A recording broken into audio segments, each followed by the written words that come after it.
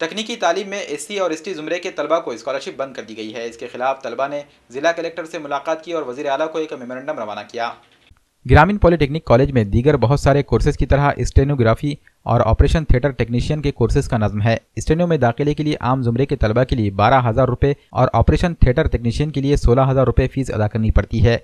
SC और ST ज़ुमरे के तलबा को महज 200 रुपये फीस अदा करनी पड़ती है। इसके अलावा इन तलबा को सालाना 3,000 रुपये स्कॉलरशिप भी रियासती हुकूमत की जानिब से फराहम की जाती है। पिछले तालीमी साल तक इन दो कोर्सेज के तलबा को ये सहूलतें दस्तियाब थीं।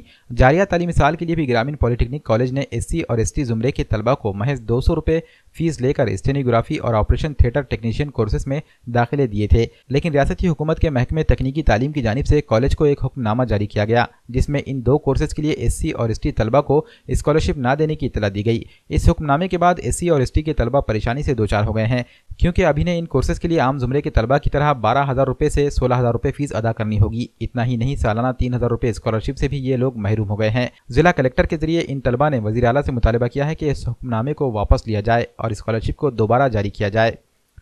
तर कलेक्टर सर नाही आहेत, तर आम्ही निवेदन दिलेलं आहे तिथं DR सरकडं, RDC सरांकडं। तर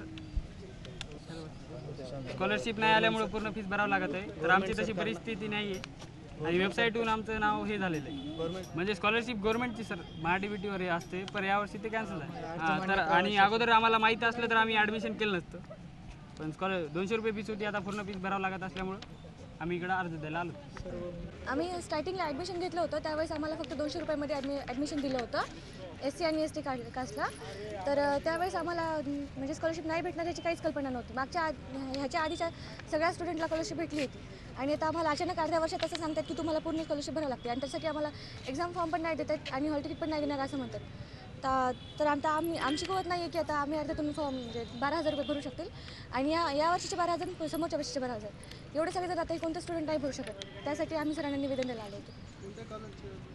आम्ही ग्रामीण पॉलिटेक्निक विष्णुपूर नांदेड।